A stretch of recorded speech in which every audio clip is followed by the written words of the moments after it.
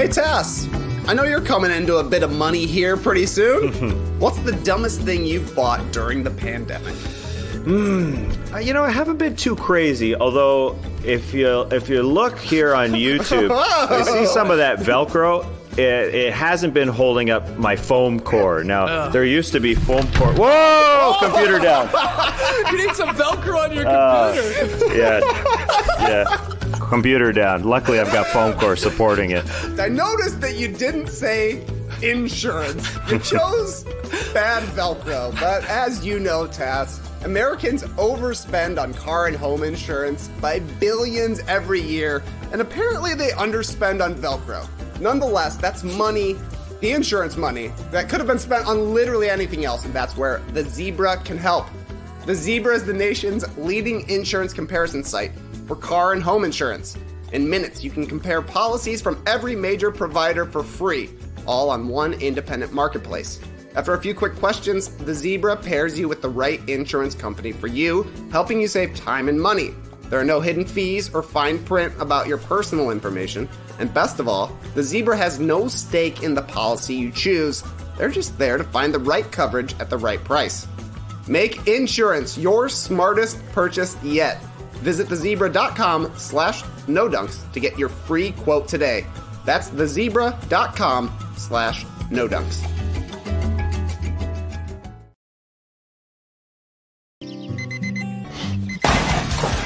Good morning! I'm stuck like a fucking baby! Goo goo gaga! Shades on, leave me gone! Sure is quiet outside. Would be a shame if somebody had to blow some leaves. Fuck all my neighbors!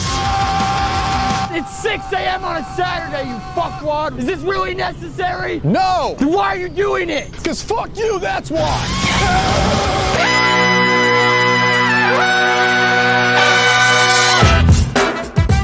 Good morning, sweet world, and welcome to the No Dunks podcast on the Athletic Network. It's Tuesday, June 15th. I'm Keeps rolling with the homie Tass Mellis. What's up, Tass? What's up, everybody? Hey, we got my top shot hot boy, Trey Kirby. Ayo!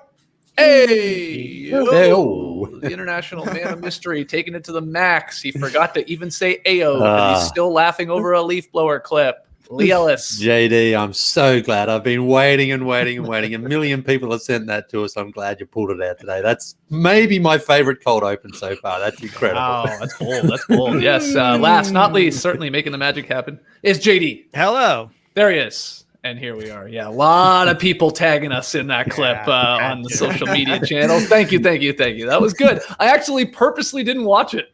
I was like, I saw it was about leaf blowers, and I was like, well, we're going to see this, so I'm not going to even click on it. And it was even better than I thought it was. Is that really necessary? No!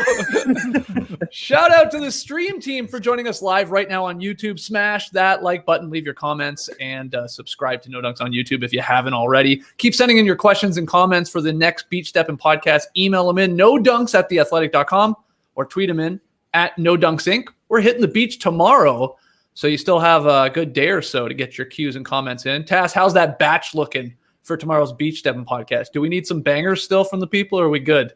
No, we're good. We are good. Oh, the lawn great. has been mowed and trimmed and looking crispy. Leaf blower put away. Just sit back and relax and enjoy the show tomorrow. Oh, let's get our leaf blowers out on the beach. Cause some havoc. Throwing sand around. Woo! Might be the worst place you could have a leaf blower, at the beach, throwing sand in everybody's meals. You're chewing on granules for the rest of the day. Suck me up! Yeah, if that means we're all going to wear goggles for our show tomorrow, protect our eyes, I'm down. Okay, cool. Finally, grab your No Dunks merch. Immaculate items available over at nodunks.com. We got hoodies, t-shirts, shorts. We got coffee mugs. Go grab your No Dunks gear over at nodunks.com. All right, fun show lined up today. We're going to have Tim Cato on today's pod to discuss his Athletic article on the Mavericks front office drama. This was making waves on Twitter yesterday. So much so, in fact, that Mark Cuban just retweeted it with total bullshit. Whoa, Cubes. Oh, my goodness. So we'll talk to Tim about this article and all of his reporting and what's going on there, sort of behind the scenes. We'll also run through the all-defensive teams. Those were announced on NBA TV last night. We'll look ahead to tonight's pivotal Game 5 in Brooklyn. Some late breaking news that James Harden has been upgraded to doubtful for this one. Kyrie's a no-go in Game 5. Harden, doubtful, maybe is going to play in this. We'll see. But let's start by recapping last night's games. First game was fantastic. Trae Young leading the Hawks and a rally to get past the Sixers late in the fourth there with Embiid hurting Tass. Rough second half for him, but let's get into it. The Hawks tie this thing up at 2 games apiece. What are your big takeaways? Yeah, Hawks down double digits at half, and then were able to fight back, mainly because Joel Embiid couldn't hit a shot. I think we got to start there because Joel Embiid, runner-up for MVP, looked like I can't even describe what he looked like. Really, he was just forcing every shot that came his way. He was looking for fouls. He ended 0 for 12 in the second half. He just couldn't find the rim whatsoever, and this still was a really, really tight game down the stretch. Last few minutes, co-all-star Ben Simmons didn't shoot in the last few minutes, and Tobias Harris, their other sort of supposed to be their the guy who is able to penetrate and score when those guys don't do it. He didn't take a shot the last few minutes, and yeah, the Hawks were able to overcome. I think if Joel Embiid hits one stinky shot, then the Sixers probably win this game. He just kept forcing it and forcing it and forcing it. He looked such like a different player. It sort of reminded me of 2019. The Sixers went to 7 games with the Toronto Raptors, and before every game, Embiid was listed as questionable because he had an illness. It was really strange. It was game after game after game. He had this illness, so supposed illness where he was hurt, but what illness, lasts for days on days on days. And he came out and he had, this sort of impactful series because he is impactful when he's on the floor, but he scored 11, 12, 13, 16, 17 in 5 of those games. And that's what this reminded me of. He obviously wasn't just sick 2 years ago. He was in pain. There was an injury. And coming into this series, the meniscus was slightly torn. I think it's starting to bother him as the series goes on. He said after the game that he's not going to be 100% this series. And I think that's what the Hawks have going for them in this series. If Embiid is going to face a little bit of pressure, those doubles that come and he's going to get rid of the ball or he's going to force it. He's not looking good. The Hawks could stretch the series to 7 games, and then we'll see there. I think the Sixers are still the favorite in this series because, as I said, if Joel Embiid hits one shot in the second half, if he's 2 for 12, I think they win this game. He goes 4 of 20. Now they go home, and everybody should be a little bit better there. But I think you got to think long term here. The prospects. I'm sorry to talk about the Sixers first, but again, they go into Atlanta. It's a 1-possession game with their MVP runner-up looking the way he did, where he's obviously not right. Something going on there. The knee, it just could be that body not being able to hold up over an entire season. And that was the question for Joel Embiid coming into this playoffs. He's never had to carry a team this way. He just hasn't. 2 years ago, he had Jimmy Butler beside him. Last year, they were out in the first round with Ben Simmons out. This is new territory for him. There was a reason the Sixers signed him to that contract where he didn't get paid if he had injuries in his legs because he's had those for a long time, and it just seems like it's catching up to him right now. So let's go to the Hawks. I'm done railing on Joel Embiid because the Hawks did play a good game, but I do think you got to start with the MVP runner-up not looking like that. Yeah, I thought he was going to puke. I tweeted that. He looked so either fatigued or in pain or a combo of both, Trey. I'm talking about Embiid, of course, in that second half. He went to the locker room in the second quarter, right? And you're like, uh-oh, that's never a good sign, but that happens a lot with him. But then he came out and hit some big shot. He had that beautiful turnaround, hit a 3, and you're like, okay. And then, just going the 0 for 12. And there was a part where he was at the free throw line, Lee. He was trying to buy time at the free throw line.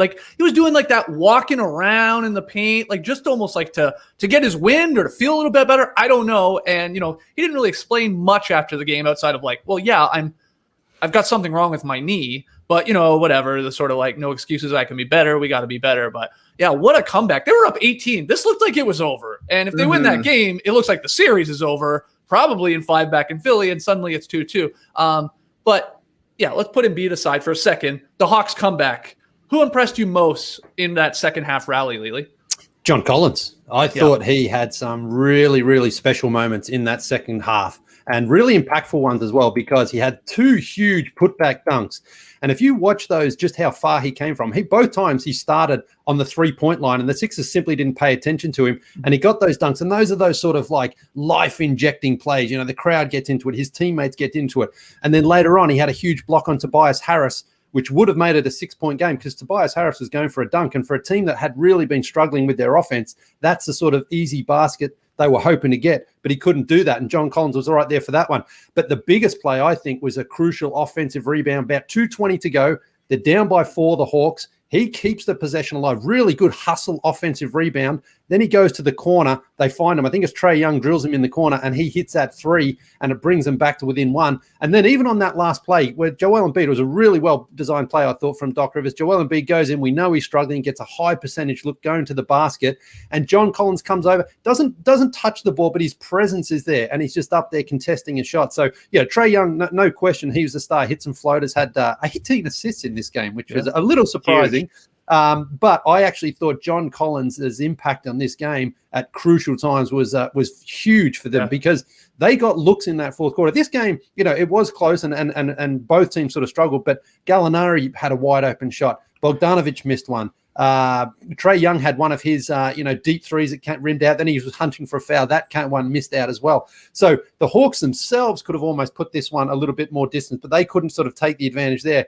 But I thought in some really crucial moments, John Collins was just fantastic for his team last night, and really had his fingerprints all over that fourth quarter. Oh my God, yeah. I was actually pissed off with John Collins, because we talked about us going down to the Fortress for Game 3, and man, were they missing something like that in that Game 3 in that second half when they were down. Like any sort of like big dunk, big block, something to get the crowd going, some energy, because that stuff's infectious. Oh yeah, and you're right. Instead of Game 3, it happened here in Game 4, probably saving the Hawks season. 14-12 for Collins, and you went through all the big plays there, Lee, perfectly. Trey, what did you see in this one? I'm sure you would applaud Collins for bringing some energy there, but you perked up when Lee dropped ice Trey there and his 18 assists, because he didn't shoot the ball that well, but man, was he setting up guys. Yeah, 18 assists, and the huge other number to me was that the Hawks only had 4 turnovers as a team. That's pretty incredible, because I thought the only way that the Hawks are going to be able to beat the Sixers again in this series is if they shoot the shit out of the ball. And, they shot the ball fine last night, but I think they only ended up making, 12 3-pointers? Like, that's not a crazy number of 3-pointers. They shot 30% from 3, but Trae Young was just finding anybody who was open. They were getting some buckets, and yeah, Collins' energy in the third quarter into the fourth quarter was infectious is exactly the right word. And it even saved the night for Skeets, I thought. You came through with a humongously great tweet of JC saving the Hawks, because the Pope had an MLK jersey early in the season. And I thought that was great, because earlier in the night you were saying, man, good thing we didn't go down to the Fortress tonight. Oh, God, that first start of this game was brutal. I know, but you kind of grished this one here, Skeets. You got to remember that the first half leads. It's not just the first half. You got to play the second half here. But, yeah, I thought the Embiid stuff was very weird. 0 for 12 in the second half. And like you're saying, Tass, it just felt like he was trying to go to the free throw line the whole time. I even think that last miss, the lane is basically there for Embiid, right? He should have dunked it. That should have been a dunk, and that probably is a dunk in April or, whenever Joel Embiid is feeling his healthiest. That was a lot like Patrick Ewing missing in Game 7, 1995, had a wide open finger roll. He bricked it off, and obviously the Knicks didn't win that series. Same thing with Embiid. Like, that should have been a bucket. He was open, man. And that's a bucket for most of the season for Embiid, but he just didn't have the legs. He didn't have the explosion. He said he didn't have it going. He knew in the first half. The stuff with Elton Brand was pretty weird, because, like you're saying, Embiid went back to the locker room in the second quarter. Stephanie Reddy seemed to be worried, but she tracked down Elton Brand and saw him smiling behind his mask, and apparently everything was all good, except as we saw in the second half, not everything was all good. 0 for 12. So why didn't Tobias Harris shoot the ball at all in the fourth quarter? 2 attempts. I would have liked to see him try and get something going, since we knew Embiid was just flailing out there trying to go to the line. Yeah, that was very puzzling to see who was getting the shots in the fourth quarter. And Simmons didn't shoot the last few minutes. The shots went to Seth Curry and Furkan Korkmaz around Joel Embiid, who, was looking to get to the line, I guess, to rest because he knew his legs weren't there. He was just trying to get superstar MVP runner-up type calls, I think that's what it was. His legs aren't right. It's it was just strange to go from a decent first half and then the legs just went. Something just went. It went from 4 of 8 in the first half to 0 of 12 in the second half. But that is similar to what we have seen in the past. And Tobias just needed to step up. And then the Joel Embiid story isn't as much of a story in this one at all. Him and Simmons just kind of disappeared in that fourth quarter offense-wise. What do you think of Simmons not even being on the floor at the end there, Lily, when they're down 3? You got to push it. That is the fastest guy you've got on your team, obviously the most athletic.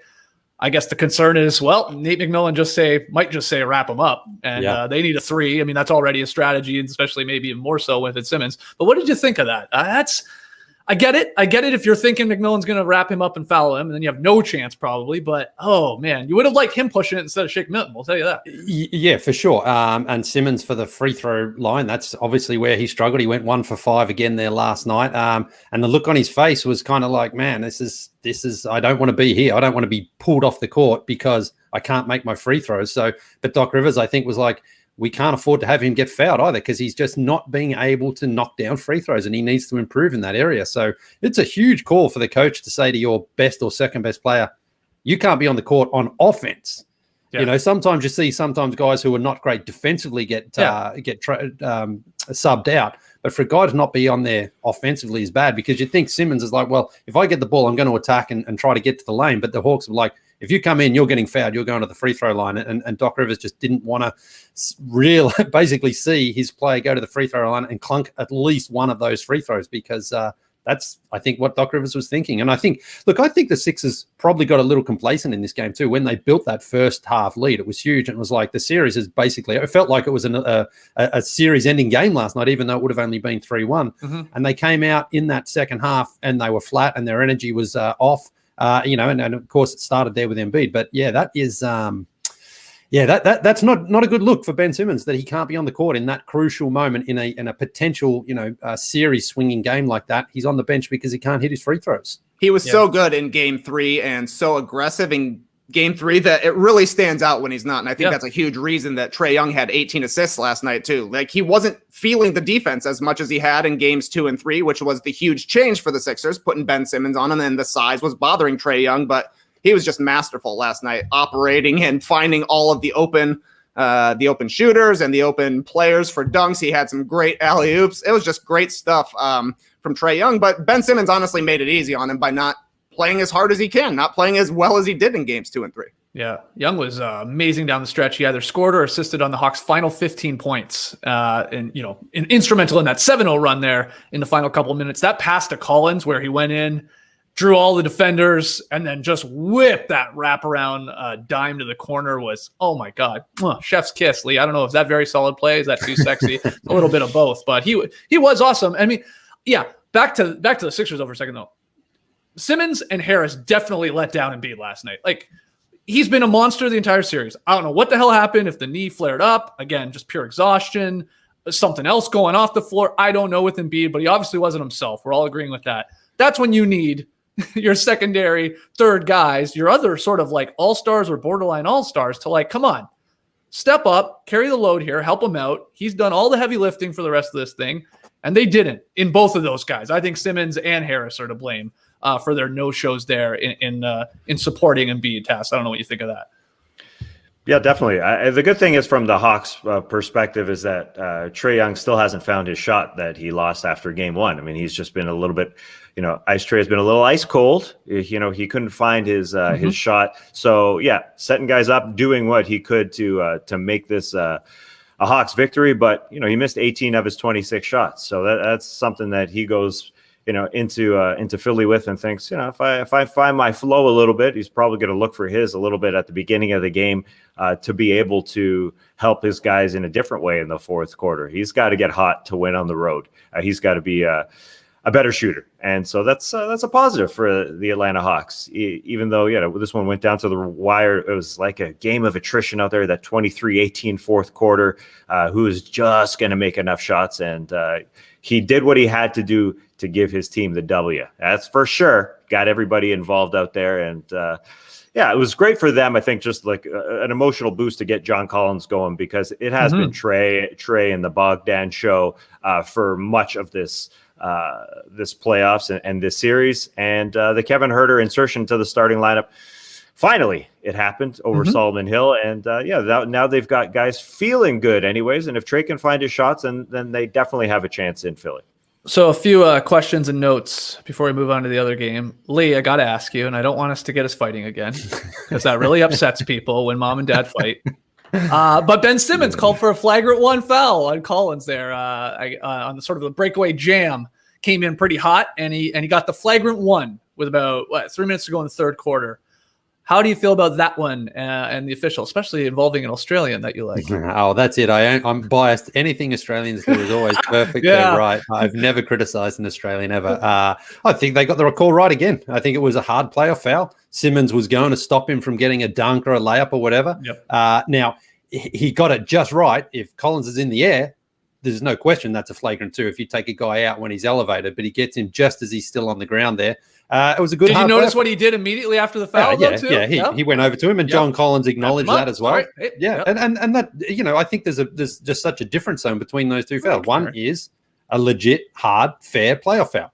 Like the guy was just saying, "I'm not giving you a layup here," and I think that's the big difference. This is not the other end of the court.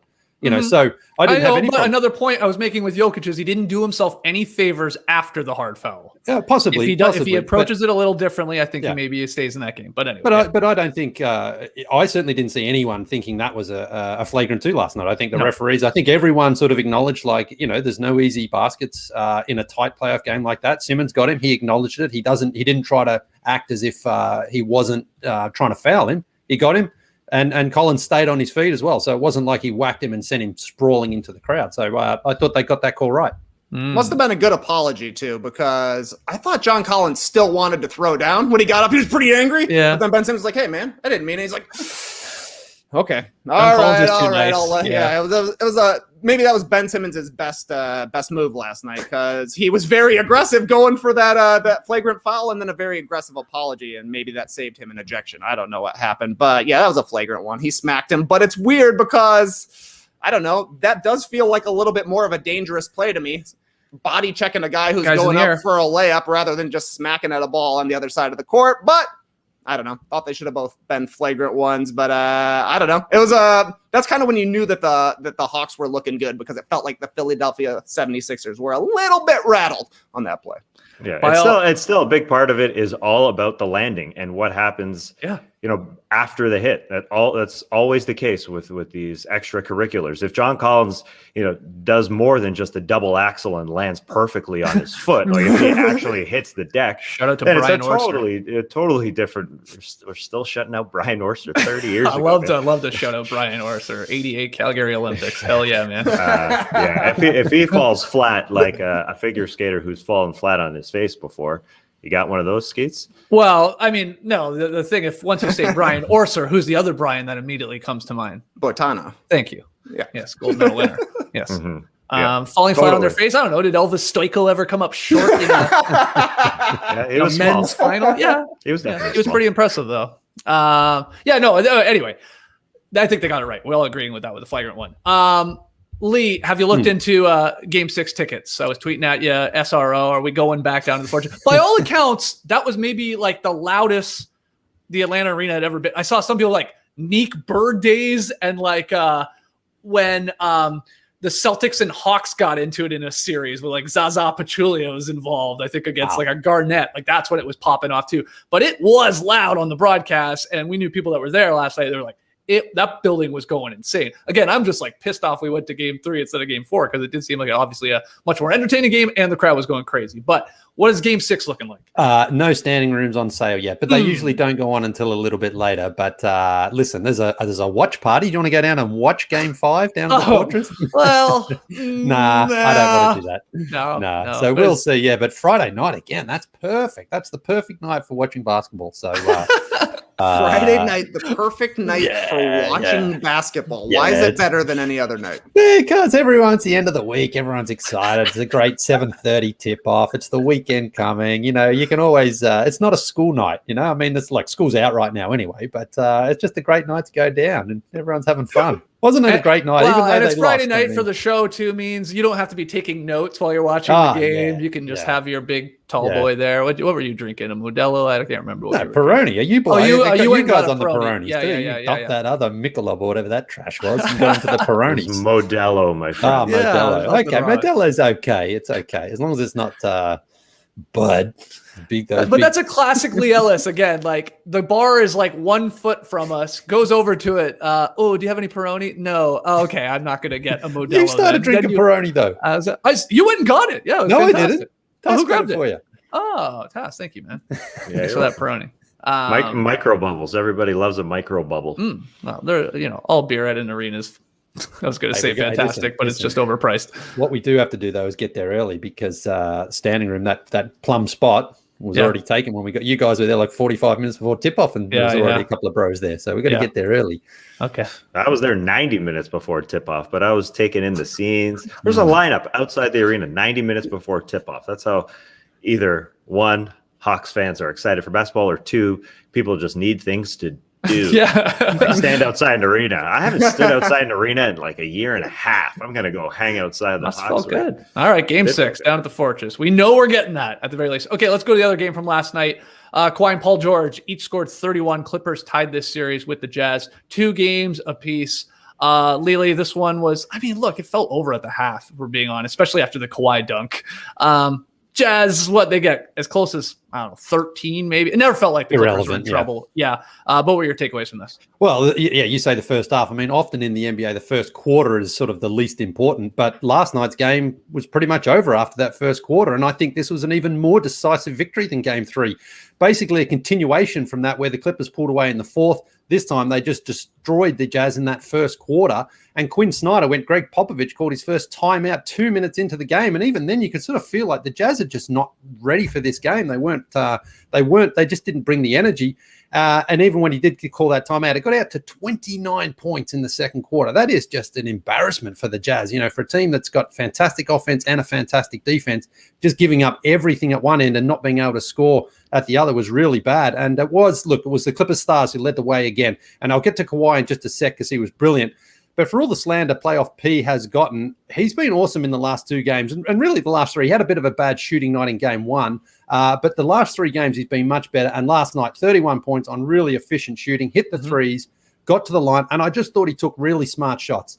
The threes, when they were open off a screen, he took those. Mid-ranges, if they were there, and he sort of slithers into the lane the way that he does that and opens up. And look, Joe Ingles, again, I'm going to have to say something bad about an Australian here. Believe it or not.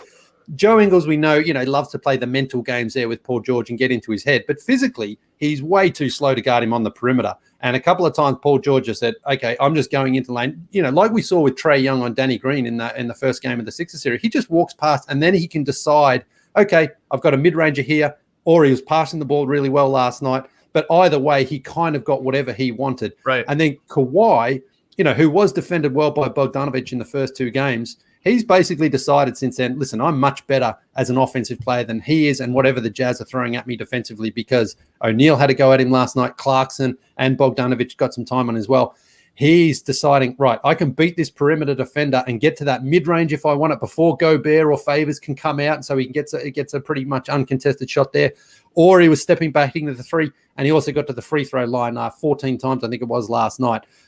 Paul George and Kawhi Leonard are in control of this series right now. I mean, the Jazz remain favorite because they have home court advantage here, but I've seen the 2 stars really step up. And again, a lot of credit has to go to those 2, but also Ty Lue. They've been down 0-2 in their first round series. They got out of that. They were down 0-2 in this series. And now they've they've kind of swung momentum their way. Game 5 is massive in this series. And if you're the Pivotal, Clippers, even. Pivotal. I would say pivotal. Yeah. Some would say that, yeah. But if you're I the would. Clippers, you've got to I'm feel definitely like saying pivotal. we have kind of found a way here to penetrate and break down this offense. This defense from the Jazz. They gave up 132 points in Game 3. And then last night, I think it was only 116, but it was way more meaningful in the sense that this game was certainly over by halftime if it wasn't over by the first quarter. So I have to say I've been really impressed with what the Clippers have done. And Ty Lue basically said, these are my 8 or 9 guys I'm going with, and that's it. And he's sort of coached this team well to get back into this position after, again, being down 0-2 in a series.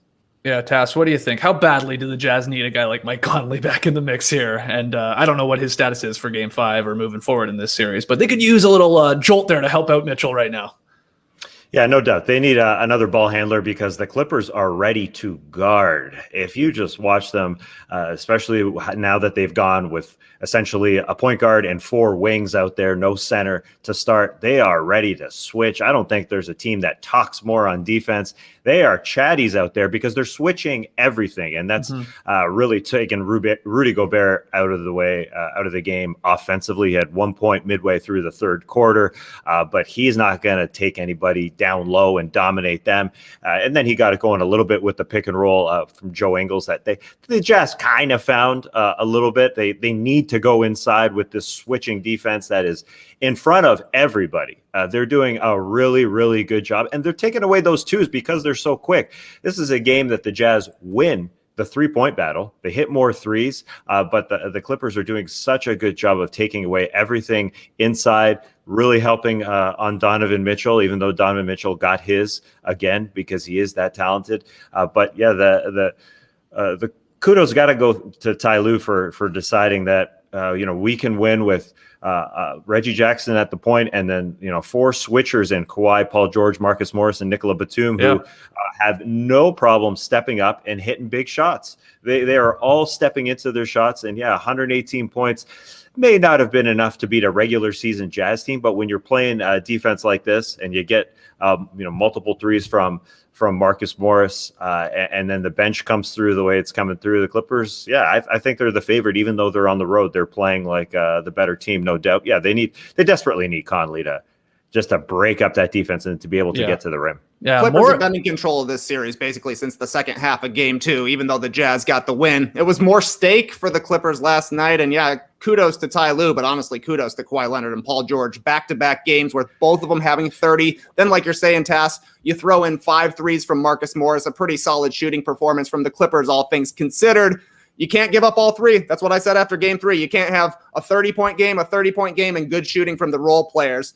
I was told the Jazz were a good defensive team, but this is looking easy for the Clippers right now because Kawhi Leonard has taken it to another level. Another massive dunk last night. Oh, God. So big of a dunk that Joel Embiid saw it in his press conference and couldn't resist commenting on it. But Kawhi Leonard doesn't have social media, so Ivica Zubac had to tell him about Joel Embiid seeing his dunk during his press conference. Everything's getting around. Kawhi now has probably the 2 best dunks in the postseason, both after being down 0-2. Well, I guess the second one, it was Game 2 against the Mavericks that he had his first dunk on Kleba, but Kawhi looks like he has really turned it into Terminator mode right here. Bogdanovic had some success in Games 1 and 2 of this series, and that has not been the case at this point. Jazz got to score inside. I'm with you, Tass. They got to do something besides just shoot 3-pointers and rely on Donovan Mitchell here. I would have liked to see a little bit more Ingles and Gobert in the pick and roll, but like you're saying, Lee, Paul George was kind of torching Joe Ingles, so I don't know where you're at. Conley helps big time. Moves Jordan Clarkson down a little bit in the pecking order. Somebody else who can get the driving kicks going. But the Clippers, shout out to Alex Wong. When the Clippers get down 0-2, they turn into the 96 Bulls for whatever reason. They're suddenly amazing. Maybe this was the key. They should have never got up 3-1 last year. Yeah, and just Morris, back to him. He is a massive X factor for the Clippers and in these playoffs. He's 16 of 27, so 60% basically on 3-pointers during the wins for the Clips, and then 7 of 33 from downtown, 21% in the 5 losses. It sure helps, like, when all eyes are on the 2 stars in PG and Kawhi, to have a guy out there like him that he can catch fire, and then he starts letting it go. When he sees one or two go in, Lee, that guy's like, I'm shooting the next one, and fair on him, because he's a bit of a streaky shooter that way. So he's a huge X factor then. Yeah. Good win. This one's tied at 2 games apiece, just like the Hawks Sixers series. And we'll see what happens with Conley. You're right, TK. They could use him driving in there, the little floater game that we know he loves, that can hit, and then just setting guys up too. And defensively, Mike Conley, at 100% health at least is fantastic on the perimeter, and they could use some of that right now. So we will see. Okay, we got to get to our guests. Let's take a quick break though to hear from our sponsors. Today, many small business owners are busier than ever, and because they are focused on managing and growing their business, they can't always spend the time they wish they could on recruiting. That's why LinkedIn Jobs has made it easier to find and hire the best candidates for free. And now we've reached the part of the ad copy where it asks for the hosts, i.e. me, to explore our personal hiring stories and experiences, positive of course, that can relate back to LinkedIn Jobs. But I can't do that, LinkedIn Jobs. I've never hired anyone. It's downright embarrassing. I was a dishwasher. I was a window washer. I picked garlic. I was a physician recruiter. I had a paper route in a hospital. Very weird. I was a bar back. I worked in a convenience store. I worked in a factory. I was a landscaper. I was a tree farmer. I was a telemarketer. Shout out to Phil Collins. I was a production assistant. I blogged. I hosted a daily television show, and I podcast. I've never hired anyone. That's not true, Skeets. That's not true, Skeets. Why? You hired me. No, I didn't. You were the first person who put money in my pocket on the internet, bro. Oh, man, that's great. Well, I should have used LinkedIn Jobs. I could have found someone even better. I'm kidding. I was the second choice, but I'm not going to hold that against you. Oh, guys, get started by posting your job for free to reach LinkedIn's network of 740 million professionals. Fill out targeted screening questions to get your role in front of the most qualified candidates with the experience, skills, and motivation you need. Then use simple tools to filter and prioritize the top candidates you'd like to interview. LinkedIn Jobs will help you hire the right person for your role, and your first job post is free. Just visit linkedin.com/nodunks. Again, that's linkedin.com/nodunks to post your first job for free. Terms and conditions apply. Well, Trey, you were my first choice, just FYI. Oh, thank you. Sleep update.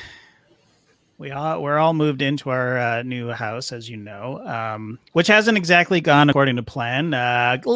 Some hiccups along the way, but at least I was able to unpack my sweet, sweet Helix mattress.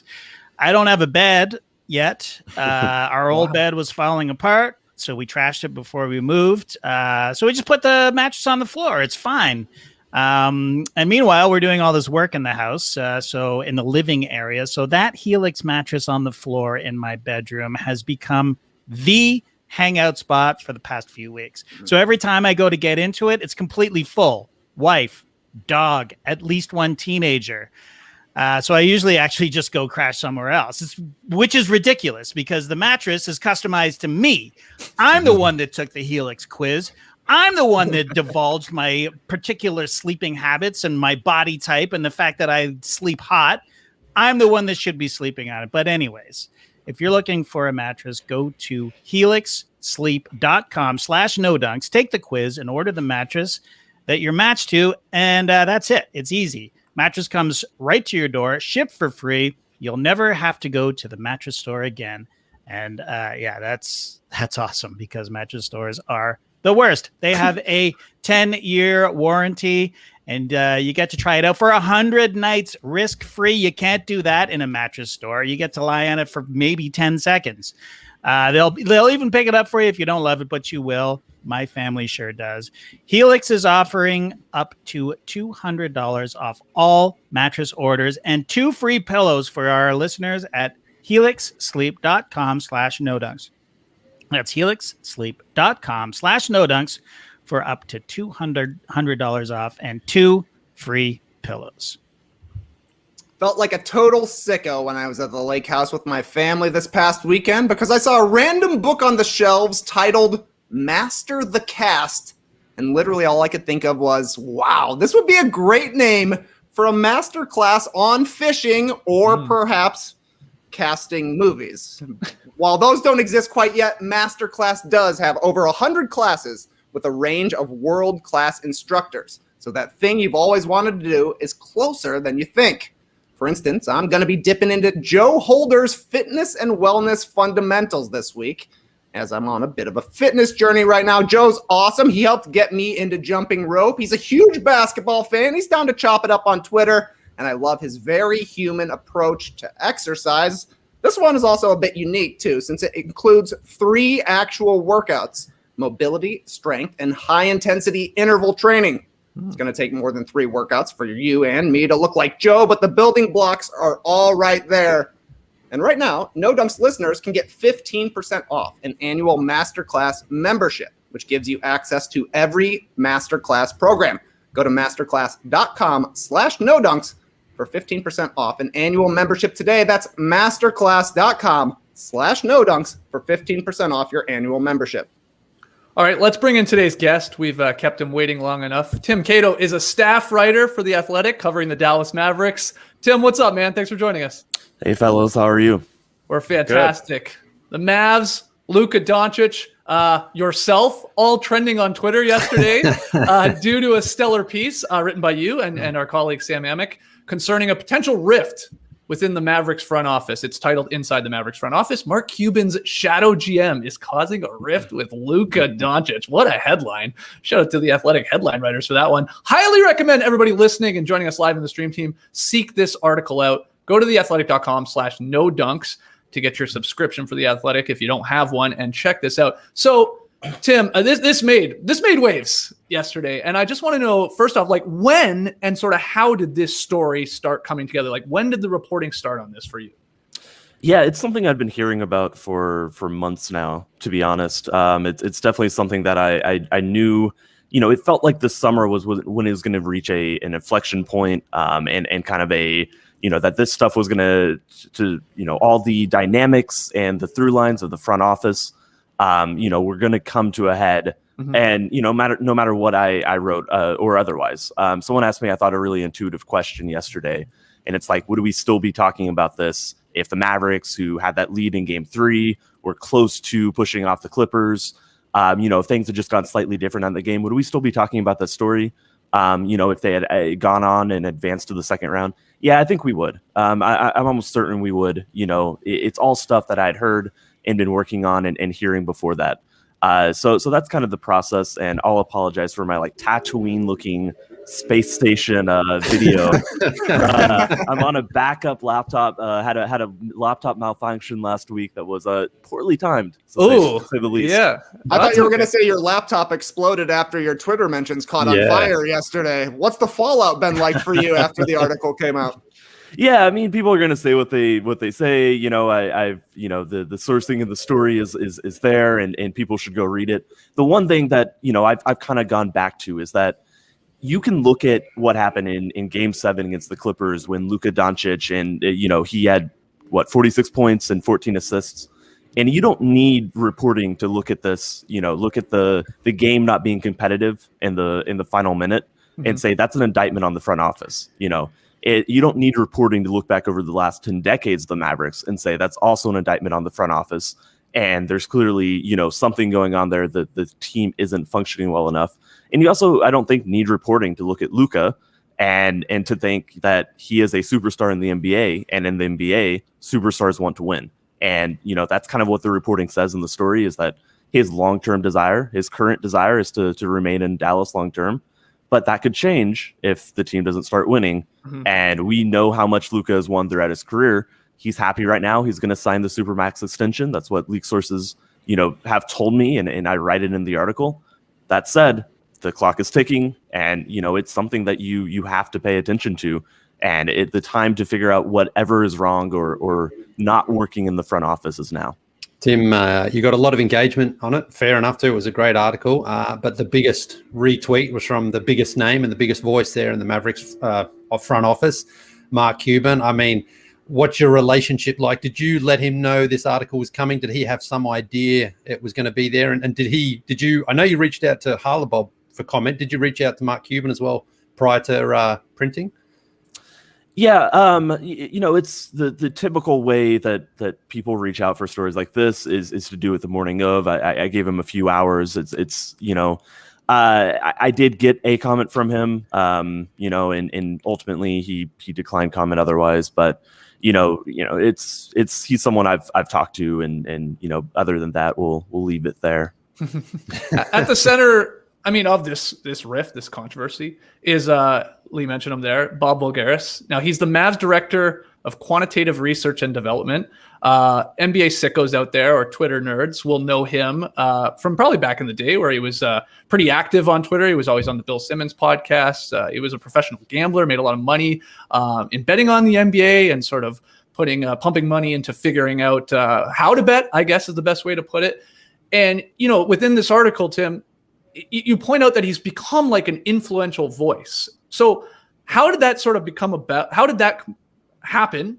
And why is he sort of at the center of all of this between maybe his relationship with the players, mainly Luka, and even Rick Carlisle, which I think is a fascinating part of this article, where it's like maybe he's like almost dictating, lineups and who should play and stuff like that. But he is the center piece of this article, is he not? Voulgaris and sort of how he deals with within the organization.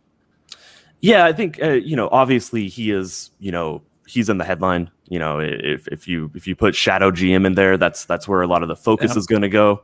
I knew that. In some ways, I view him as a character who shows these competing interests in the front office, and shows that as one anonymous source says, we had two GMs, and to me, in some ways, I even see that as the primary takeaway from the story. But it's definitely true that a lot of the details I have and we're aware this would be how it's received are focused around Bob, and it's clear that he's someone who had a level of influence over Mark. He was someone he talked to, officially joined the team in 2018 when he was actually physically around and announced. But his over time his style or his way of communication certainly wore on players. For whatever there's two incidents with Luka that are talked about in the piece. But it's not either one of those alone that single-handedly, spent their relationship or sent it spiraling. It had always already been something building from that. And there's sources that in the article that say that there's other players who have similar frustrations. And so, all that, paints a picture of someone who, perhaps, when a player looks at Rick Carlisle and rotations he's dictating, and when they see that as being, something being dictated to him, yeah, that's going to be a problem in the locker room, and it's going to be something that affects the team. And so, I think that's all in there. That's all in the story. And I thought it was, it's been an interesting process, just kind of working through and reporting all the various aspects of it for sure. So, Tim, Bob Voulgaris was hired in 2018 as the director of quantitative research and development. Two questions off that.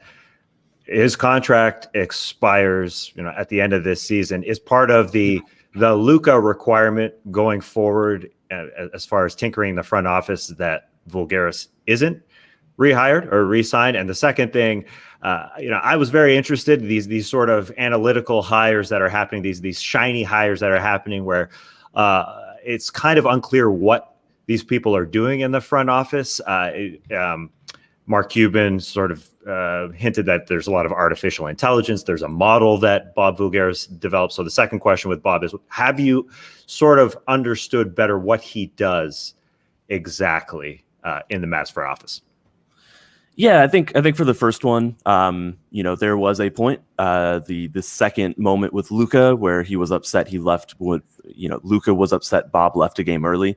After that, Bob kind of stepped into a remote role that, as far as it seemed, or as far as I heard, was valuable or had some level of value. I don't know what's going to happen this summer. I truly don't. It would be surprising to think that almost shocking that the exact power structure and the way that the front office operates would continue to exist the same as it did before the season, or over the past few seasons. But at the same time, this is a front office and a team just generally where tenures are very established. Donnie Nelson has been, the longtime president of basketball operations. He's been in his role since 2005. And so in some ways, I don't think that it's wrong that the Mavericks would bring a new voice in some way. And I think that's what Bob was in a lot of ways. He was very analytically minded, doing a lot of the same, as far as I understand it, doing a lot of the same work with that you see even from blog post in some ways when you're really looking at lineup data and matchup data, and then going further with second spectrum stuff and other things that aren't fully available even to the public. So, as far as AI goes, that's beyond what I have a scope of. But, I think generally the way the Mavericks have been more analytics focused, and you've even seen it in Carlisle, who's more willing to talk about this stuff over the past years. Famously, he was the guy who said the post up is not a good play, talking about Kristaps Porzingis when inside the NBA criticized Porzingis for not being a post up player.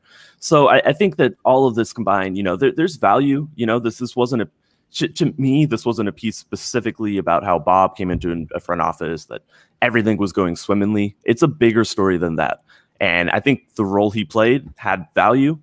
Clearly, it wasn't effective in the way that they brought it in and, brought him in, and just generally that there were clearly competing interest and power lines and through lines throughout this whole thing. So, I think that's probably how I would kind of summarize how the whole situation went down. And I guess we'll just see what happens this summer. Yeah, you talk about like in last year's draft, how Bob kind of made the two picks for them without even really consulting the rest of the team. Now, Luka's obviously a huge part here, but how much of an impact do you think it could have that other people within the organization could almost resign and say, listen, he's got too much power if I'm not going to be listened to, if I'm not going to be allowed to have my work respected? Because it sounds kind of like Bob was like, we're picking him, and those were the choices that were made, sort of overruling those other guys, the scouts and the other people on the lower level there that make or do all the research and present that to Donnie or Mark or whoever it is. So do you feel that maybe some of those people could feel like, what, if they're not going to move on from Bob or not, bring him back, then I'm going to go elsewhere and find work? Yeah, I think that's an intuitive reading of things. How much Bob himself, his personality, the way he interacts with people, just specifically frustrated and rubbed and annoyed people over his tenure. I certainly heard from a lot of sources that was the case. But I think the other reading of that is just what you said, that it's that if this person is taking more power and influence to the point that Mark Cuban is listening to him for draft picks when they have an entire scouting network, when they have a general manager, the team president, and Donnie Nelson, who I think is relatively known for his draft prominence or pedigree or just expertise there. Mm-hmm. I think both can be true. Is that as one source in the story says, the most powerful person in the Mavericks organization is Mark Cuban, but the second most is whoever he's listening to. Mm-hmm. And so there's a lot of competing interest and through lines and influences, and even still, like I feel like I think the story does a good job showing the dynamics at play. But I feel like there's even, it's quite possible there's even, more layers to, just how many people are trying to push one way or the other in this front office. And, again, hopefully it's something we see this summer, whether it's through more reporting from me or others, or just kind of the team announcing new structures and stuff like that. What do you think the Mavericks' number one priority is this offseason? Tim, I mean, either in the front office or even on the floor when it comes to players and guys that they should look to acquire and trying to build a team, an actual team that can go far around this, what appears to be a generational superstar in Luka Doncic. What would you do? What if you're the Harlabos? The new shadow GM. You've got Cubans here. What are you telling them to do? Well, if I'm Bob, then I just make AI figure it out for me. That seems like the players. Oh, I like that. Yeah, in some ways, I think, still the biggest question for the team is, revolves around Kristaps Porzingis, actually. And he's someone who wasn't in the piece and it isn't, somewhere my reporting led me throughout this process. But I think that's, in many ways, the big question looming. And I don't think that they're going to get an answer to it this offseason. It's hard to see, there even being viable trade partners out there if that's something they're looking to do. So, there's clearly, with the team losing twice in the past 2 years in the first round, there are valuable good players on this roster to surround Luka with, but there aren't enough of them. I mentioned Game 7 earlier, and just, how much Luka did compared to how much the rest of the roster did. Clearly there needs to be talent upgrades and improvements. It's something that was talked about a lot, at exit interviews when the team was wrapping up to head on vacation. It's something Rick Carlisle talked about. It's something Donnie talked about. No Bob at that one. So sorry to report. But yeah, I think just bringing more better talented players around Luka. Personally, I think the idea of a guard, a two-way guard who can play off the ball, but also still, take the reins and take the load and the pressure off Luka does seem like a good idea. I don't know if he's at a point where he's ready to really share a backcourt, but I think someone like Kyle Lowry could certainly dictate that and walk that line with someone like Luka. Right. It's something I'd look into. He's also, a bit older. I'd have to think about what the price tag would be and just how that kind of meshes and morphs with all the other moves. Like, I think they also need to bring back Tim Hardaway Jr. I think at this point it'd be difficult not to do that, especially looking at what's available on this market. But yeah, I think those are two names, one on the team, one not, that makes some sense to me as the Mavericks keep trying to build, a more sustainable roster around Luka. Do you feel like there's any sort of optimism at all amongst the Mavericks that, Porzingis actually finished the season this year? He's gone out with a season-ending injury, I think, in every year of his career except for this season. So theoretically, he'll have a chance to actually train rather than rehab over the summer. We've heard reports that maybe Luka and Kristaps aren't the best of buddies, but who cares, honestly, as long as you're able to produce on the court together. Do they still think that this matchup or this pairing of these two guys can work? Because, we all see it out there. Porzingis, the idea of Porzingis is a perfect fit with Doncic, right? But we just haven't seen it alongside Luka yet. Yeah, I love the idea of Porzingis. I love the idea of what, a unicorn can be, why he was promoted that way. I might be one of the few people still a little bit optimistic that it could work. But I think being more realistic, it's hard to look at that pairing and it's hard to look at the Mavericks' future and really expect and think that, okay, this is for sure going to be the duo. In some ways it even feels like, the best case scenario is Kristaps does come out really strong next season to the point that he builds up trade value, so the team could go, hopefully find someone with less questions lingering about his concerns. I think that the idea of Kristaps being a 7-3 Klay Thompson in a lot of ways where, he is eliminating post-ups and he is eliminating even shot creation to a degree. I think that's his best case scenario, and it's something that he can average 20, 22 points a game doing. I think the one thing holding him back is that he's not the shooter Klay Thompson is. He has a perception of being a great shooter. And I think Kristaps throughout his career has proven he's more of a good shooter. You look at his percentages when he's wide open, they're not like a lot of great shooters are like 45, 50%. He's more of a 40% guy, when wide open. And then just generally, has only pushed towards 40% on his, on all of his 3-pointers once in his career. And it was the shortened one when he tore his ACL in New York. So I think that's one concern with his offense. And the other one, of course, is defense. And that definitely slipped this year. But we saw him more active, more engaged, even in the last few games of the season or of the playoff series. So I think if there is an optimistic take, that is the KP, that is the player, kind of this 7-3 player who is literally playing like a shooting guard in a lot of ways and, using his off-ball movement and cutting and things he does really well, along with maybe a slightly higher peak and trajectory of his jump shot, if he can reach that. And then pairing that with just active defense that does enough, to make sure he's not a complete liability, that hopefully he's a small plus. And I think that's the hope in the future with him. Do you think one of the things that kind of stuck out to me is that it almost feels like the Mavericks are kind of caught between two eras here, right? You've got the power structure that's been there for years and years, Donnie Nelson and Rick Carlisle. They won the only title in Mavs history with the biggest superstar in Mavs history, and Dirk Nowitzki. Now we've got the next big Mavs superstar in Luka Doncic.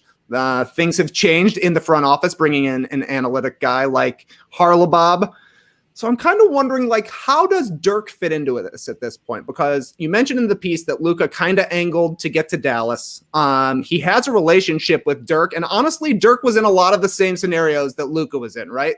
Early in his career, had some playoff disappointments. It took a long time till they finally got that title in 2011. In today's day and age, it wouldn't be surprising to see a Dirk Nowitzki-like character, the Luka, want to leave after this. Is Dirk in Luka's ear at all, being like, look, man, it's tough, but you're still early in your career. You haven't signed your second deal even yet. There's a lot of time in front of you here. Or is he kind of like, hey, man, it worked out for me. I'm not exactly sure if things are the same in 2021 as they were in 2011. The league has changed a lot. How is Luka and Dirk's relationship going to factor into all this? It's definitely a factor in how Luka feels about Dallas. That's something I put in the story, and it's something that I truly, I believe and have been told that Luka does, feel good about this franchise. He has a lot of goodwill. Obviously, there are specific relationships that he has with people in the team that need to improve or need to be, managed or dealt with in a way that, doesn't upset him or continue to frustrate him. But, I do think that Dirk is a great factor. I think it's too soon to think that, Dirk is in his ear about, what to do next or patience or anything like that. Luka is is happy, like he is satisfied. He wants to win. He's not happy with losing. He's never been. And, this is but he's preparing to sign the Supermax contract. I don't even think, I didn't report this in the story and for good reason. As far as I know, I don't believe, and sources say this is not at all what he's trying to do. He's not trying to leverage, his power. He's obviously a person that the team thinks and frames every decision around.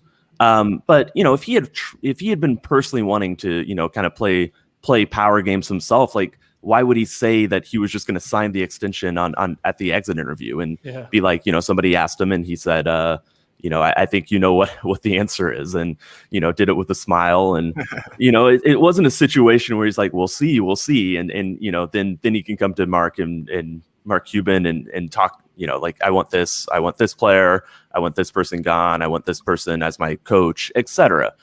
So I don't think that's what he's trying to do. I don't think that's the situation he's in. But as it relates to Dirk, like there's only one Dirk. Measuring people to Dirk is not the, it's impossible. That's not a standard, that's a standard he's set, in like a different plateau or a different, reality that it just isn't realistic to even expect players to, want to emulate or model. And so, where Dirk was patient and where Dirk was someone who waited, I think just the reality of any superstar, whether it's Luka or not, they'll look at situations, and if they're not satisfied with the amount of winning, with their team, or with the power structures around them that they have to deal with constantly, those are things that will frustrate them, and they know that they're able to move on to situations that they'll appreciate and enjoy better. Well, it's a fantastic article that you and Sam put together here, Tim. It's called Inside the Mavericks Front Office, Mark Cuban's Shadow GM is Causing a Rift with Luka Doncic. Again, headline, spot on. Artwork, amazing. And then the words, even better. Tim, what's the easiest way for people to get in touch with you, to talk to you, to ask you questions maybe about the article? I assume by way of Twitter, is that right? Yeah, I'd say Twitter's probably easiest. I think that's the one. I've got open DMs. People can tweet me. I'm Tim_Cato. So just follow me there. Well, I'd like to see some of those open DMs right now, Tim. I'm sure there's a few angry ones that have come your way too in the last 24 hours. I just make my AI reply to that. well, Tim, we've kept you long enough. We'll let you go, man. Thank you so much for swinging by on such short notice. We really appreciate it. I've also heard you on like 3 or 4 other podcasts, and you're bringing it on every single one. So thank you so much, man. Thank you, guys. All right. Take care, Tim. See you, man. Oh, fantastic. Go check that out. Go to theathletic.com/no-dunks if you don't have yourself an Athletic subscription, and go read that article. And then you've got a subscription. You can read all the articles that you have over at The Athletic, especially in the NBA world that we focus on. Had some other news last night, guys. Rudy Gobert, Ben Simmons, both unanimous selections to the NBA's all-defensive first team for the 2021 season. They were joined by Draymond Green and Giannis at forward, as well as Drew Holiday to round out the backcourt. All-defensive second team was led by Bam Adebayo and Kawhi Leonard as your forwards, Joel Embiid as the big man in the middle, and then Jimmy Butler and Matisse Thybulle as the two guards. And I'll throw this up there. I should have done it while I was talking there, but there's a look for everybody on the stream team and joining us live or a little bit later on YouTube. So you can look at the numbers, you can dissect them. Task, does anything jump out at you? Do you think the voters did an okay job?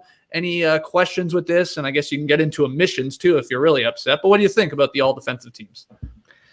Sexy names, really big names here on these all defensive squads. If you look up and down, I think that's what jumps out to me at first. A lot of big names. Yeah. And I guess, I think it's a really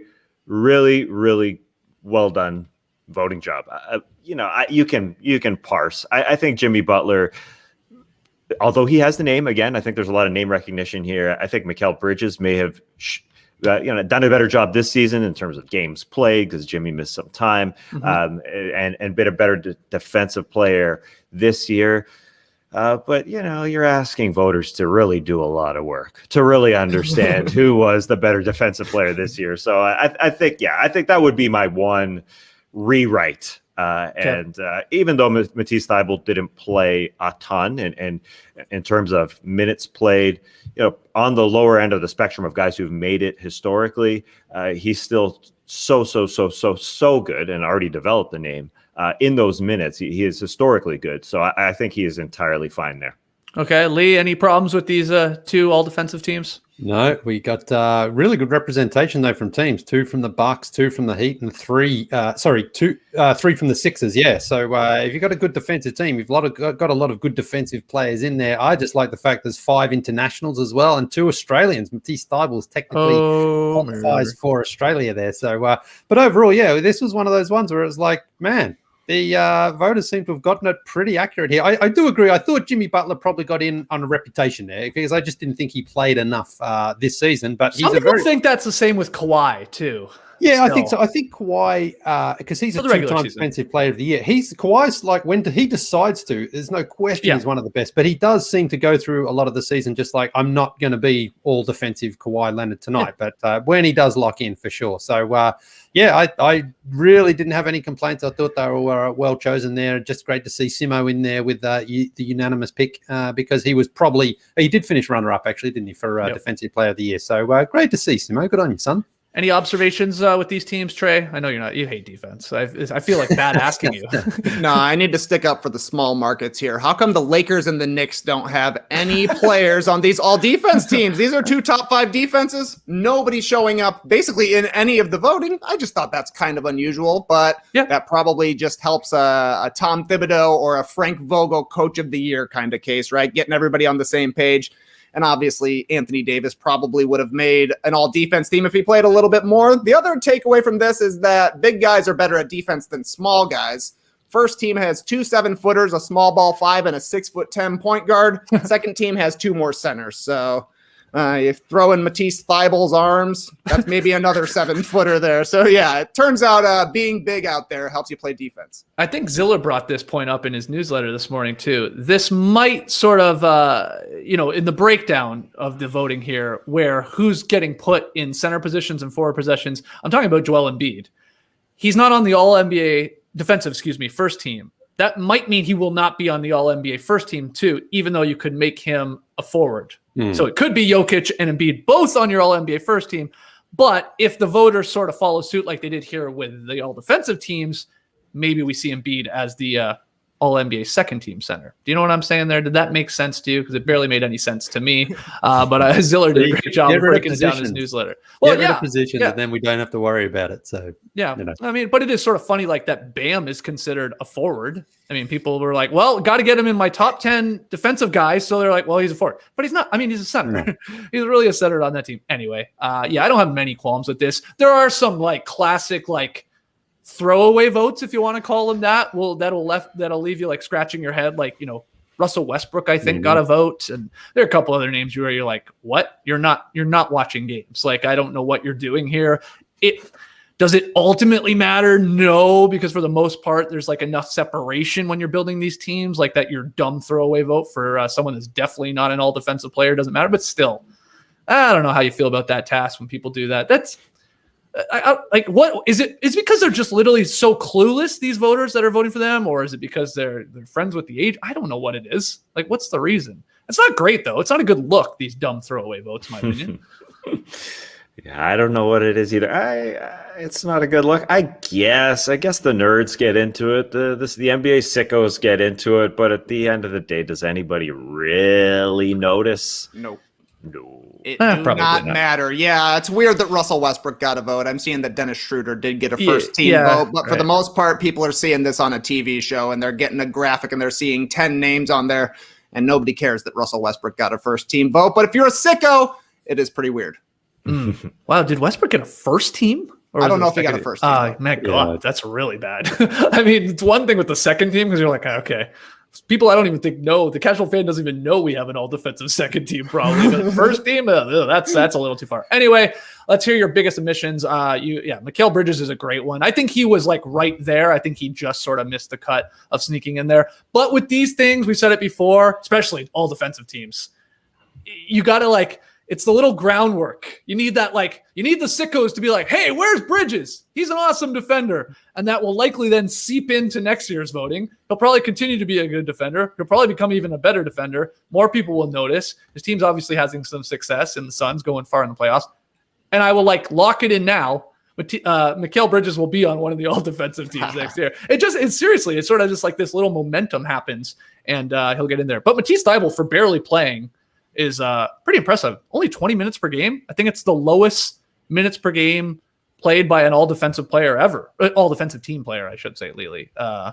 He's a great defender, though. I know. Long armed, moves his feet well, gets into position well. Like that is really like a watch him. You've got to watch him to appreciate how good he is at defense. So it is funny that he gets in, and so does Jimmy Butler, because that's the thing. Jimmy is kind of like, he's always a good defender. Just throw him on there. But yeah. But Right. you're okay with it with Thybulle? I mean, he doesn't play half the game, more than half the game. So, I mean, you can see the argument, at least.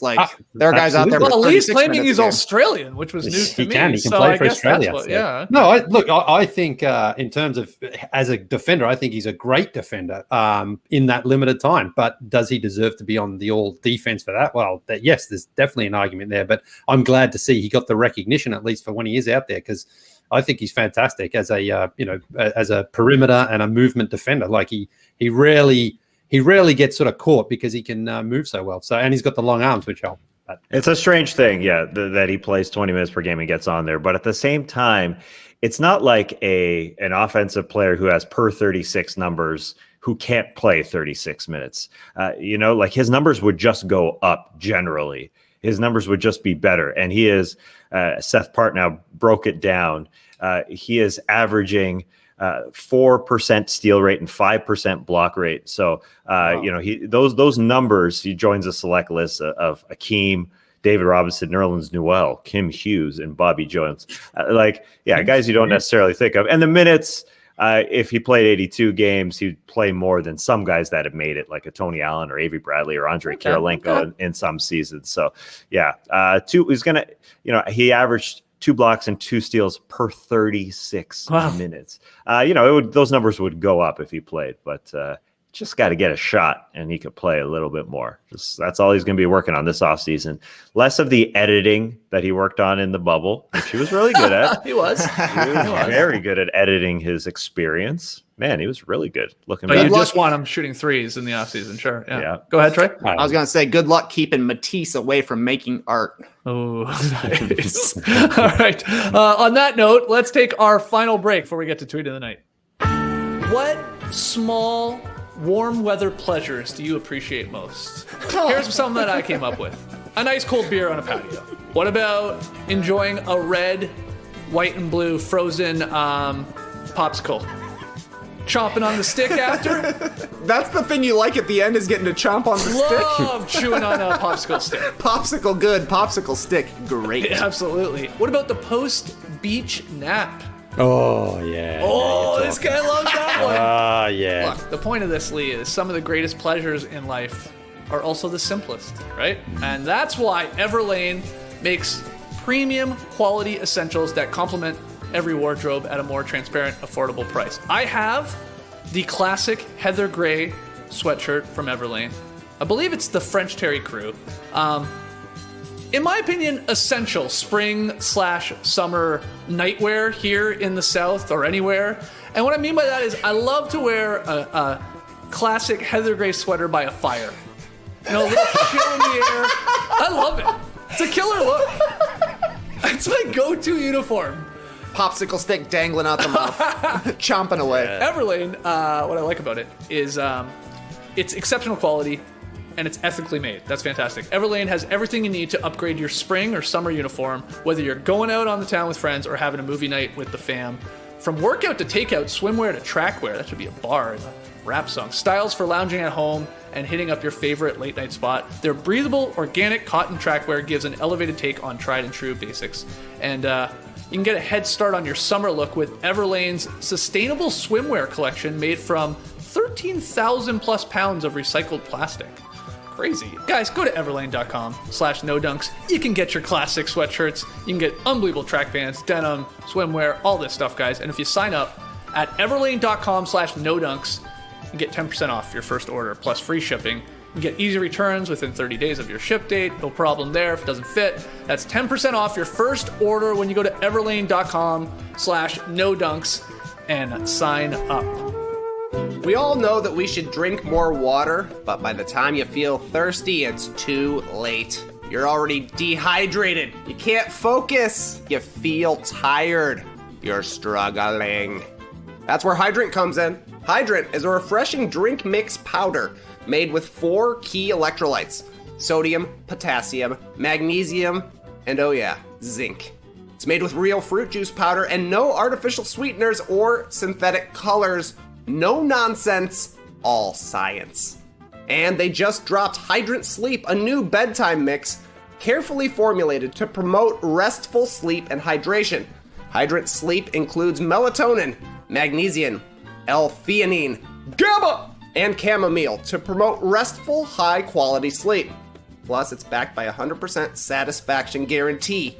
If you don't love Hydrant, you can send it back for a full refund. Right now, we've got a special deal for our listeners to save 20% off your first order or subscribe and save 30% on your first subscription order.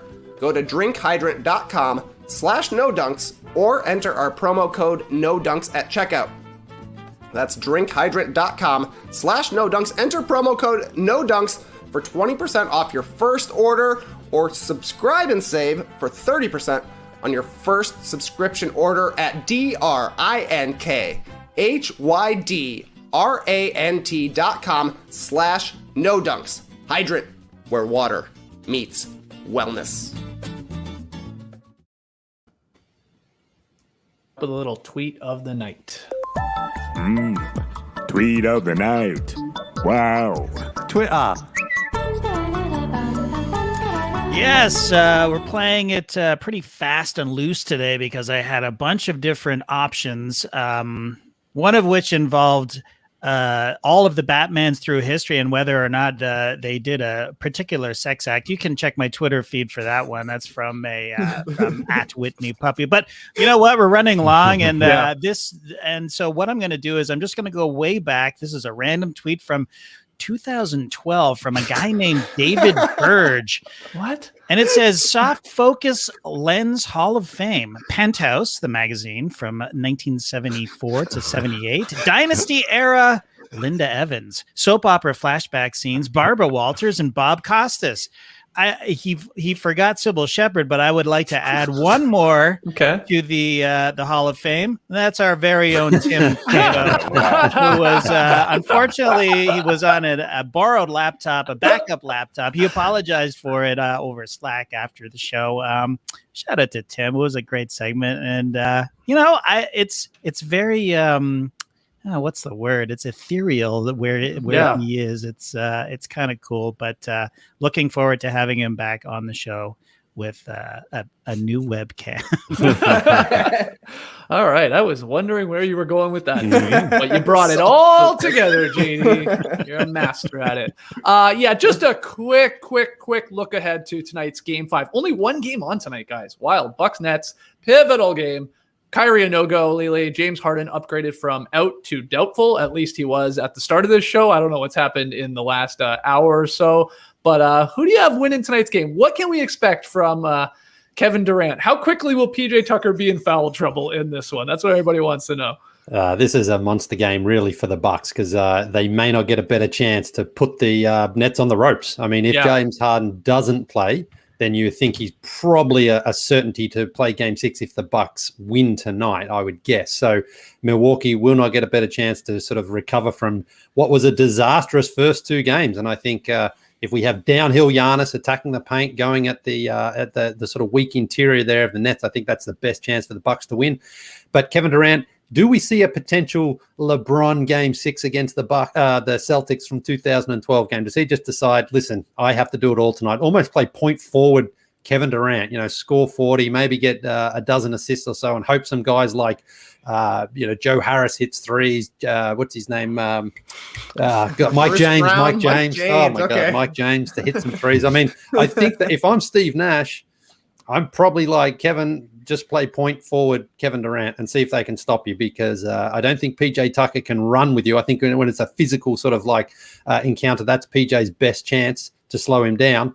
Run a ton of screens and just see if we can get a freakish Kevin Durant performance because I think they need that because Joe Harris is probably their second best player right now. He hasn't had a great series. They need someone to get going. So, but again, I think the emphasis is entirely on Milwaukee tonight. I think you're basically at full strength. You have to go out there and put the Nets in a position where they can be eliminated for the Game 6 in Milwaukee. If I'm Steve Nash, and come on, close enough, right? I would play. I would play myself tonight. Can he legally do that if there's no Kyrie and Harden? Can Steve Nash just insert himself into the starting lineup, play some point guard minutes, alleviate some of the pressure there off KD? But Tass, you're on record. You think the Nets can still win this game? You said that with the idea that there will be no Kyrie and no Harden. Again, Harden is a possibility here as we get closer and closer. But do you still believe that? Is we going to see something special here from KD? That's what it feels like you're thinking.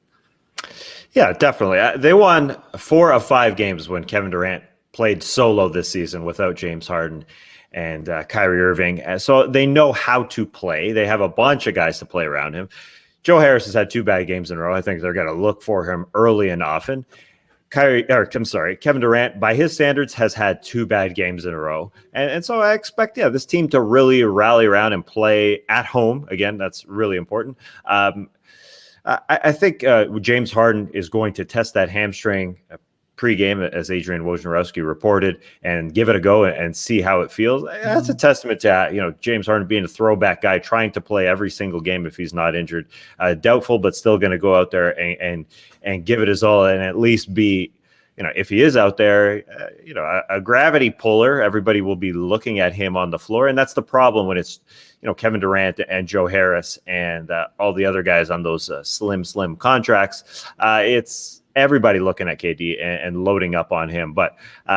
fact that they had that second half with just Kevin Durant and no Kyrie Irving and James Harden in Game 4, I think gave them a little test for what's going to happen here. And those guys, I think they're going to make shots at home. So I'm guessing that they get everybody involved and the home court gets them to the finish line in this one. Yeah, the stream team dropping the Durant over-under tonight, TK, at 45.5. Would you go over or under if that was the actual line? That's the stream team's line for Kevin Durant tonight. I'm going under, but I would need to get a line as well on assists because I'm probably going over on assists. I think KD could still go for maybe a 40 and maybe something like 10 assists. So give me a line of 8.5 assists. I'm going over because the Nets got to hit some threes because no doubt the Bucks are going to be loading up on Giannis. PJ Tucker will get the assignment, but there's a little bit more lingering wiggle room for Giannis to be hanging around the rim and for Brook Lopez to be hanging around the rim. So it's going to be on Jeff and Joe and Mike to make some threes out here. Landry's got to make some threes. I think they only made 18 total playing in Milwaukee. And obviously the Nets are one of the best offensive teams that we've seen. Usually that's with a second superstar alongside him. Maybe that's James Harden, and maybe James Harden just becomes a spot up shooter tonight, which would help the Nets immensely. So give me the under on points, the over on assists for Kevin Durant. It feels like there's equal amounts of pressure on both teams here, right? Like we got to see, everybody's expecting a LeBron style game from Kevin Durant, but like Lee's saying, the Bucks almost have to win this one, especially if Harden isn't able to go. And even if he is, he's going to be a little bit compromised. So you got to think that from a momentum standpoint and from a health standpoint. The Bucks have the upper hand here, but if they go into Brooklyn and lose this one to an undermanned Nets team, people are going to be ready to say the Bucks are going home again. Very excited for Game 5 tonight. Bucks Nets. I believe it's an 8:30 p.m. Eastern start, and we'll figure out what that actually means as we get closer to it, and we'll find out whether or not Harden's actually playing, whether he gives that hamstring a go. Thank you so much to Tim Cato for coming on the show. Again, go check out that article inside the Mavericks front office there. There it is. We're showing the stream team now. Go to theathletic.com/NoDunks to get your Athletic subscription if you don't already. Subscribe to No Dunks on YouTube. Send in your questions and comments for Beach, Step, and Still. NoDunks@theathletic.com or tweet them in at NoDunksInc. And we'll be back tomorrow with, 2 shows because we'll have the morning show recapping tonight's game and any other NBA news. And then we'll hit the beach later in the afternoon. Clipper Bros. You heard it here first. Have a great time. Turn up. Love you guys. Awesome. Thanks for joining us. And remember, every time I see Tim Cato's name, I think Kelvin Cato. Remember Kelvin Cato? I do. Yes. Embrace the day, people. You could